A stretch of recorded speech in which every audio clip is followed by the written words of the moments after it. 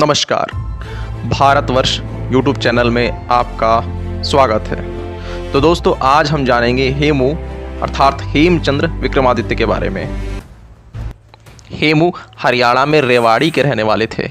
हेमू को मध्ययुगीन भारत में विरोधी मुस्लिम शासकों के बीच थोड़े समय के लिए ही एक हिंदू राज स्थापित करने का श्रेय दिया जाता है। उन्होंने अपने जीवन में कुल 22 लड़ाइयाँ जीती। इसकी वजह से ही उन्हें इतिहासकारों ने मध्य युग के समुद्रगुप्त का खिताब दिया।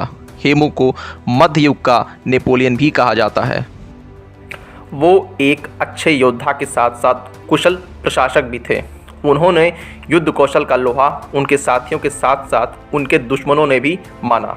मशहूर इतिहासकार आर.पी. त्रिपाठी अपनी किताब rise and fall of Mughal empire में लिखते हैं, अकबर के हाथ हेमू की हार दुर्भाग्यपूर्ण थी। अगर भाग्य ने उनका साथ दिया होता तो उन्हें यह हार नसीब नहीं होती।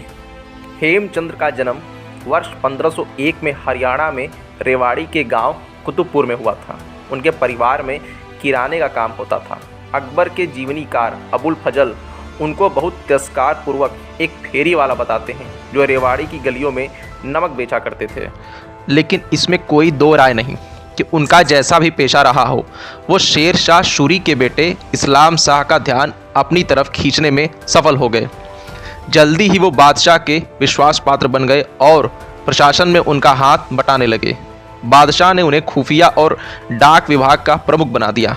बाद में इस्लाम शाह को उनमें सैनिक गुण भी दिखाई दिए, जिसकी वजह से उन्होंने हेमू को अपनी सेना में वो स्थान दे दिया जो शेर शाह सूरी के ज़माने में ब्रह्मजीत गौड़ को मिला करता था। आदिल शाह सूरी के शासनकाल में हेमू को वकील ए आला यानी प्रधानमंत्री का दर्जा मिल गया। जब आदिल शाह सूरी को खबर मिली कि हुमायूं ने वापसी कर दिल्ली के सिंहासन पर कब्जा कर लिया है, तो उन्होंने हेमू को मुगलों को भारत से बाहर निकालने की जिम्मेदारी सौंपी। हेमू ने 50,000 लोगों की अपनी सेना, 1,000 हाथियों और 51 तोपों के साथ दिल्ली की तरफ कूच किया।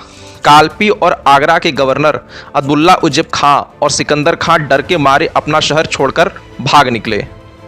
के भारद्वाज अपनी किताब Hemu Napoleon of medieval India में लिखते हैं, दिल्ली के मुगल गवर्नर टार्डी खां ने हेमू को रोकने का पूरा इंतजाम किया। हेमू 6 अक्टूबर 1556 को दिल्ली पहुंचे और उन्होंने तुगलकाबाद में अपनी फौज के साथ डेरा डाला।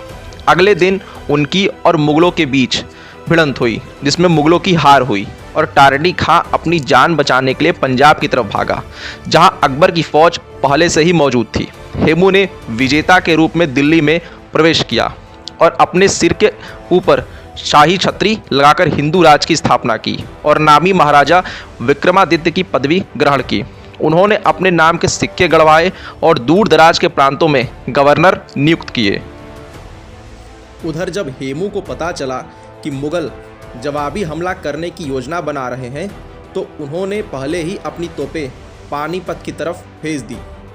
बैरम खां ने अली कुली शबानी के नेतृत्व में 10,000 लोगों की सेना पानीपत की तरफ रवाना कर दी। शबानी एक उज़्बेक था और उनकी गिनती मशहूर लड़ाकों में होती थी। अबुल फजल अकबर की जीवनी अकबरनामा में लिखते हैं, हेमू ने बहुत तेज़ी के साथ दिल्ली छोड़ी। दिल्ली पानीपत की दूरी 100 किलोमीटर से भी कम थी। उस इलाके में भयानक सूखा पड़ा हुआ था, इसलिए रास्तों में आदमजात का नामो निशान नहीं था। हेमू की सेना में 30,000 अनुभवी घुड़सवार और 500 से 1500 के बीच हाथी थे। हाथियों की सूढ़ों में तलवारें और बर्छे बंधे हुए थे और उनकी पीठ पर युद्ध कौशल में पारंगत तीरंदाज सवार थे।